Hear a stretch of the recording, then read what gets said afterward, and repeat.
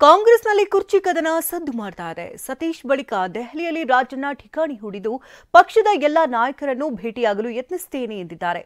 ಈ ಸುದ್ದಿಯನ್ನು ನೋಡೋಣ ರಾಜಕೀಯ ನ್ಯೂಸ್ ಟಾಪ್ 9 ನಲ್ಲಿ. ಕಾಂಗ್ರೆಸ್ನಲ್ಲಿ ಕುರ್ಚಿ ಕದನ ಸದ್ದು ಮಾಡ್ತಾ ಇರುವ ಹೊತ್ತಲೇ ದಲಿತ ನಾಯಕರು ದೆಹಲಿ ಪರೇಡ್ ಮುಂದುವರೆಸಿದ್ದಾರೆ. ಸತೀಶ್ ಜಾರಕಿಹೊಳಿ ಬಳಿಕ ಇದೀಗ ಸಚಿವ ಕೆಎನ್ ರಾಜಣ್ಣ ದೆಹಲಿಯಲ್ಲಿ ಠಿಕಾಣಿ ಹೂಡಿದ್ದಾರೆ. ನಾನು ದೆಹಲಿಗೆ ಬಂದಿದ್ದಕ್ಕೆ 2-3 ಕಾರಣಗಳು ಇವೆ. ನಮ್ಮ ಪಕ್ಷದ ಎಲ್ಲ ನಾಯಕರನ್ನು ಭೇಟಿಯಾಗುವುದಕ್ಕೆ ಯತ್ನಿಸುತ್ತೇನೆ. ತುಮಕೂರು ಸಂಸದ ವಿ ಸೋಮಣ್ಣರನ್ನ ಭೇಟಿಯಾಗುತ್ತೇನೆ. ಕ್ಷೇತ್ರದ ಕಾಮಗಾರಿ ಬಗ್ಗೆ ಭೇಟಿ ಮಾಡಿ ಮನವರಿಕೆ ಮಾಡುತ್ತೇನೆ ಅಂತ ದೆಹಲಿಯಲ್ಲಿ ಸಚಿವ ಕೆಎನ್ ರಾಜಣ್ಣ ಹೇಳಿದ್ರು. ದೆಹಲಿಗೆ ನಾನು ಬಂದಿರತಕ್ಕಂಥದ್ದು 2-3 ಅಂಶ ಇದಾವೆ. ಒಂದು, ಈಗ ಸೋಮಣ್ಣವರು ನಮ್ಮ ಲೋಕಸಭಾ ಸದಸ್ಯರು ತುಮಕೂರಿಗೆ, ನಮ್ಮ ಕ್ಷೇತ್ರದಲ್ಲಿ ಕೆಲವು ಕಾಮಗಾರಿಗಳ ಬಗ್ಗೆ ಅವರನ್ನ ಭೇಟಿ ಮಾಡಿ ಅವ್ರ ಮನವರಿಕೆ ಮಾಡ್ತಕ್ಕಂಥದ್ದು, ಮತ್ತೆ ನಮ್ಮ ಪಕ್ಷದ ಎಲ್ಲ ಮುಖಂಡರನ್ನು ಭೇಟಿ ಮಾಡಬೇಕು ಅಂತೇಳಿ ಪ್ರಯತ್ನ ಮಾಡ್ತೀನಿ. ಅವರ ಲಭ್ಯತೆ ನೋಡಿಕೊಂಡು ಅವ್ರನ್ನ ಭೇಟಿ ಮಾಡ್ತಕ್ಕಂಥ ಕೆಲಸ. ಎಐಸಿಸಿ ಅಧ್ಯಕ್ಷ ಮಲ್ಲಿಕಾರ್ಜುನ ಖರ್ಗೆ ಅವರನ್ನ ಭೇಟಿಯಾಗಿದ್ದೇನೆ ಅಂತ ದೆಹಲಿಯಲ್ಲಿ ಪಿಡಬ್ಲ್ಯೂಡಿ ಸಚಿವ ಸತೀಶ್ ಜಾರಕಿಹೊಳಿ ಹೇಳಿದ್ದಾರೆ.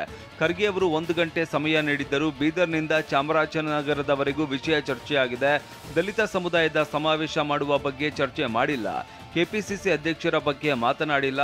ಅದು ಹೈಕಮಾಂಡ್ಗೆ ಬಿಟ್ಟದ್ದು. ಇಲಾಖೆ ಕೆಲಸಕ್ಕೆ ಬೇರೆ ದಲಿತ ಸಚಿವರು ದೆಹಲಿಗೆ ಬಂದಿರಬಹುದು. ವರಿಷ್ಠರಿಗೆ ರಾಜಕೀಯ ಮತ್ತು ಸರ್ಕಾರದ ಬಗ್ಗೆ ಅಭಿಪ್ರಾಯ ತಿಳಿಸಿದ್ದೇವೆ ಅಂತ ಹೇಳಿದ್ದಾರೆ. ನಾನು ಬಂದದ್ದು ನನ್ನ ಕೆಲಸಕ್ಕೋಸ್ಕರ. ನಮ್ಮ ಗಡ್ಕರಿ ಅವರು ನಮ್ಮ ಕರ್ನಾಟಕ ಭವನ ಉದ್ಘಾಟನೆಗೋಸ್ಕರ ಅಂತ ಸಂದರ್ಭದಲ್ಲಿ ನಮ್ಮ ವರಿಷ್ಠರನ್ನು ಭೇಟಿಯಾಗಿದ್ದು ಅಷ್ಟೇ. ಅವ್ರು ಬೇರೆಯವರು ಬಂದಿರ್ಬೋದು, ಅವ್ರ ಇಲಾಖೆ ಕೆಲಸ ಇರ್ಬೋದು, ಬಂದಿರಬಹುದು. ಕೈ ಶಾಸಕ ಸಂಗಮೇಶ ಪುತ್ರನಿಂದ ಮಹಿಳಾ ಅಧಿಕಾರಿಗೆ ನಿಂದನೆ ಆರೋಪ ಪ್ರಕರಣ ಆಕ್ರೋಶಕ್ಕೆ ಕಾರಣವಾಗಿದೆ. ಸರ್ಕಾರದ ವಿರುದ್ಧ ಬಿಜೆಪಿ ರಾಜ್ಯಾಧ್ಯಕ್ಷ ವಿಜಯೇಂದ್ರ ಕಿಡಿಕಾರಿದ್ದಾರೆ. ನಾಗರಿಕ ಸಮಾಜ ತಲೆ ತಗ್ಗಿಸುವ ಹಾಗಾಗಿದೆ. ಭದ್ರಾವತಿ ಗೂಂಡಾಗಿರಿಯಲ್ಲಿ ನಲುಗುತ್ತಾ ಇರೋದಕ್ಕೆ ಸಾಕ್ಷೀಕರಿಸಿದೆ. ಕಾಂಗ್ರೆಸ್ ಸರ್ಕಾರದ ಆಡಳಿತದಲ್ಲಿ ಸ್ತ್ರೀ ಕುಲದ ಮೇಲೆ ದೌರ್ಜನ್ಯ, ಸರ್ಕಾರಿ ಮಹಿಳಾ ಅಧಿಕಾರಿ ಸಿಬ್ಬಂದಿಗೂ ಯಾವ ರಕ್ಷಣೆ ಇಲ್ಲ ಅನ್ನೋದಕ್ಕೆ ಈ ಘಟನೆನೇ ಕೈಗನ್ನಡಿ ಅಂತ ಟ್ವೀಟ್ ಮಾಡಿ ಆಕ್ರೋಶ ಹೊರಹಾಕಿದ್ದಾರೆ. ಬಿಜೆಪಿ ಕೇಂದ್ರೀಯ ಶಿಸ್ತು ಸಮಿತಿ ಶಾಸಕ ಬಸನಗೌಡ ಪಾಟೀಲ್ ಯತ್ನಾಳ್ ವಿರುದ್ಧ ನೋಟಿಸ್ ಜಾರಿ ಮಾಡಿದೆ. 72 ಗಂಟೆಗಳ ಡೆಡ್ಲೈನ್ ಕೊಟ್ಟು ಸ್ಪಷ್ಟನೆಗೆ ಕಾದು ಕುಳಿತಿದೆ. ಈ ಮಧ್ಯೆ ಪ್ರತಿಕ್ರಿಯೆ ಕೊಟ್ಟಿರುವ ರೇಣುಕಾಚಾರ್ಯ ಪಕ್ಷಕ್ಕಿಂತ ಯಾರು ಮುಖ್ಯರಲ್ಲ ಅಂತ ರೆಬೆಲ್ಸ್ ಬಣಕ್ಕೆ ಕುಟುಕಿದ್ದಾರೆ. ಜೊತೆಗೆ ಬಿಎಸ್ವೈ ಮತ್ತು ವಿಜೇಂದ್ರನ ಟೀಕಿಸಿದ್ರೆ ಪಕ್ಷ ಟೀಕಿಸಿದಂತೆ ಅಂತ ಗುಡುಗಿದ್ದಾರೆ. ಭಾರತೀಯ ಜನತಾ ಪಾರ್ಟಿಯಲ್ಲಿ ವ್ಯಕ್ತಿಗಿಂತ ಪಕ್ಷ ಮುಖ್ಯ, ಪಕ್ಷಕ್ಕಿಂತ ದೇಶ ಮುಖ್ಯ ಅಂತ ನಮ್ಮ ಪಕ್ಷದ ಒಂದು ತತ್ವ ಸಿದ್ಧಾಂತ ಇದೆ. ಪಕ್ಷಕ್ಕಿಂತ ಯಾರು ದೊಡ್ಡವರಲ್ಲ. ವಿಜೇಂದ್ರ ಟೀಕೆ ಮಾಡಿದರೆ, ಯಡಿಯೂರಪ್ಪನ ಟೀಕೆ ಮಾಡಿದರೆ, ಇದು ಬಿಜೆಪಿ ಟೀಕೆ ಮಾಡಿದಂಗೆ, ರಾಷ್ಟ್ರೀಯ ನಾಯಕರಿಗೆ ಅಪಮಾನ ಮಾಡಿದಂಗೆ. ವಿಜೇಂದ್ರ ಅವರು ಅಧ್ಯಕ್ಷ ಮಾಡಿದ್ರು ರಾಷ್ಟ್ರೀಯ ನಾಯಕರು.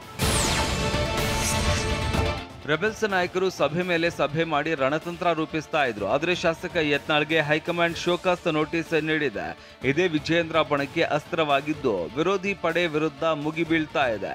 ಪ್ರತಿತಂತ್ರ ಹೆಣೆಯೋದಕ್ಕೆ ಇವತ್ತು ಸಭೆ ನಿಗದಿಯಾಗಿದ್ದು, ಆದರೆ ವಿಜೇಂದ್ರ ಬಣದ ಸಭೆ ರದ್ದಾಗಿದೆ. ವಿಜೇಂದ್ರ ಸೂಚನೆ ಕೊಟ್ಟಿದ್ದಕ್ಕೆ ರದ್ದು ಮಾಡಿರೋದಾಗಿ ರೇಣುಕಾಚಾರ್ಯ ಹೇಳಿದ್ದಾರೆ. ಸಭೆಯನ್ನು ರದ್ದು ಮಾಡಿದೀವಿ. ಅವರು ಅಧ್ಯಕ್ಷರಾಗಿ ನಮಗೆ ಸೂಚನೆ ಕೊಟ್ಟ ಮೇಲೆ ಅದು ಪಾಲಿಸಬೇಕು. ಸಭೆಯನ್ನ ರದ್ದು ಮಾಡಿದ್ವಿ.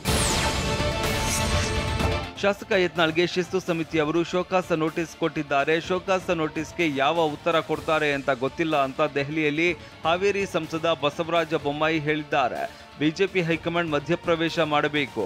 ರಾಜ್ಯ ಬಿಜೆಪಿ ಘಟಕದಲ್ಲಿನ ಗೊಂದಲ ಸರಿಯಾದ್ರೆ ಒಳ್ಳೆಯದು ಅಂತ ದೆಹಲಿಯಲ್ಲಿ ಹಾವೇರಿ ಸಂಸದ ಬಸವರಾಜ ಬೊಮ್ಮಾಯಿ ಹೇಳಿದ್ದಾರೆ. ಅವ್ರಿಗೇನು ನೋಟಿಸ್ ಬಂದಿದೆ ಮತ್ತು ಅವ್ರೇನು ಉತ್ತರ ಕೊಡ್ತಾರೆ ಅನ್ನೋದು ನಮ್ಮ ಮಾಹಿತಿ ಇಲ್ಲ. ಆದರೆ ಅಂತಿಮವಾಗಿ ಎಲ್ಲ ಒಂದು ಕಡೆ ಇದು ಮುಗಿಬೇಕು.